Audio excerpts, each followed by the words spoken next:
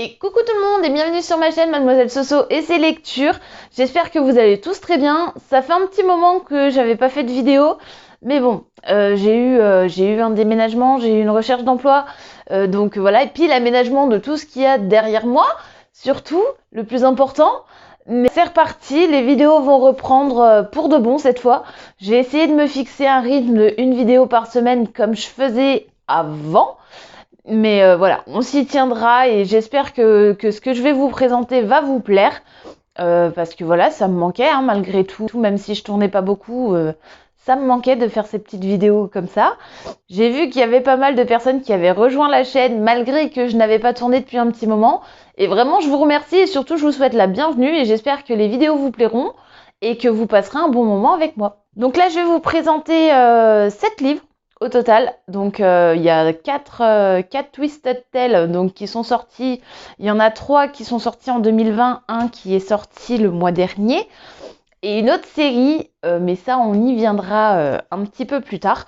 Donc le premier Twisted Tale que je vous montre, c'est Il était un rêve de Liz Braswell des éditions Hachette et Rose. C'est Et si la Belle au bois dormant ne s'était jamais réveillée. Bon, je l'ai lu, je vous le cache pas, il est très bien, mais ça je vous en parlerai dans la prochaine vidéo. Hein, d'accord, je vous laisse un peu de suspense. Si vous voulez savoir avant que je vous en parle, bah lisez-le, vraiment, il va vous plaire. Ensuite, il y a Tout droit jusqu'au matin. Donc là, c'est un remake de Peter Pan. Et si Wendy s'était rendue au pays imaginaire avec le capitaine Crochet. Bon, il est commencé, mais pas fini. Il a l'air bien, on verra, je vous dirai. Et voilà. Ensuite, il y a Oser ses rêves. Et si Cendrillon n'avait jamais essayé la pantoufle de verre? Bon, celui-là, je vous cache pas, je l'ai adoré. Mais c'est pareil, je vous en parlerai dans la prochaine vidéo. Dernier Twisted Tale pour cette série-là, c'est un joyeux non-anniversaire. Il est magnifique, je l'adore celui-là. Et si Alice était très en retard pour sauver le pays des merveilles? J'ai lu le résumé, à mon avis il va me plaire. Ça se passe quand Alice a l'âge de 18 ans, quand elle vit sa vie après tout ce qu'elle a vécu au pays des merveilles. Moi déjà juste ça me plaît, je sais que elle sera là. Ça c'est pareil, ça c'est trop bien, ça le chat de Cheshire, on kiffe. Hein. Mais c'est pareil, je l'ai pas eu, je l'ai reçu la semaine dernière celui-là. Je vous en reparlerai pareil avec les vidéos, je pense que je ferai des vidéos par thème. Et on fera une vidéo Twisted Tale et une vidéo des bouquins que je vais vous montrer là. Mais ouais, on fera ça. Et franchement, si pour ceux qui connaissent pas, je vais vous en parler un petit peu. Donc des Twisted Tales, ce sont des livres qui sont inspirés des Disney qu'on connaît. Donc La Belle au bois dormant, Cendrillon, Alice au pays des merveilles. Mais où les auteurs, donc il y en a 2, il y a Liz Braswell et Elizabeth Lim, qui font des rééditions et qui changent un détail des Disney pour redonner tout un autre sens aux histoires. Et des fois, ça peut vraiment partir en vrille. Et du coup, c'est ce qui fait que on se réinvente les Disney d'une certaine façon. Et ceux-là, ils sont pas forcément faits pour les enfants. Non, je vous le cache pas, il y a certains détails qui font que voilà, le livre a été tourné de manière plus adulte. Il y a des détails et des situations qui font que je pense qu'un enfant ne le supporterait pas. Donc voilà pour la saga Twisted Tale, je vous en parlerai dans une prochaine vidéo, je vous présenterai tout ça une fois que je les aurai lus, parce que bon, il faut que je trouve aussi le temps de les lire, mais on fera ça très rapidement. Maintenant, je vais vous parler d'une trilogie que j'ai reçue. Pour ceux qui ne savent pas, j'ai lancé une chaîne Twitch, donc je fais des lives tous les jours de la semaine, sauf le vendredi, où je me suis accordé un petit jour off pour avancer dans mes lectures. Il y en a pas mal, d'après ce que vous avez pu voir.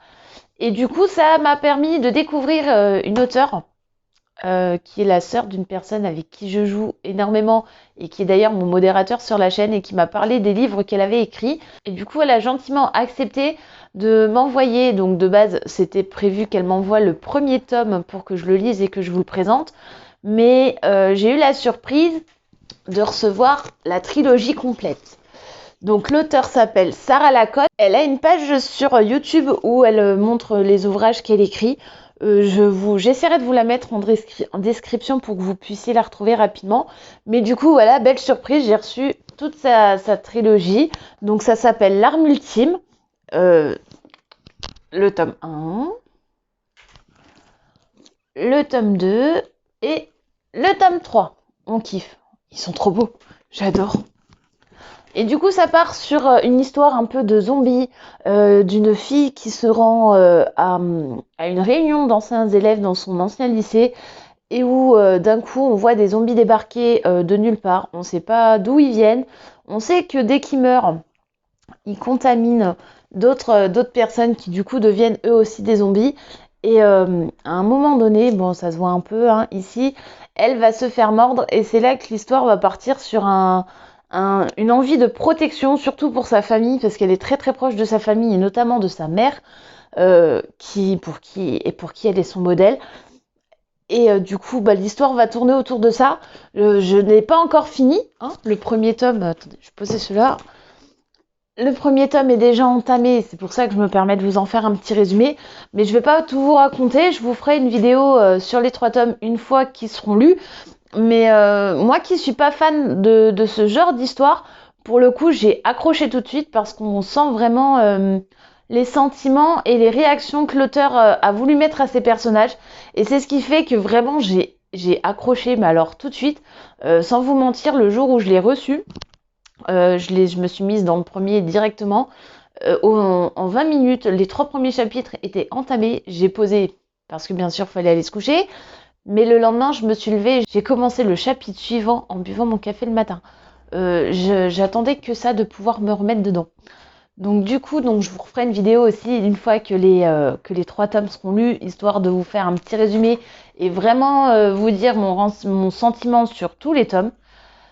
Et on fera tout ça très bientôt. Et voilà, c'est fini pour aujourd'hui. La petite présentation des livres que j'ai reçus pendant la période où j'étais entre guillemets en off est finie. J'espère que la vidéo vous aura plu. Si c'est le cas, n'hésitez pas à commenter, partager, mettez les pouces bleus, on kiffe.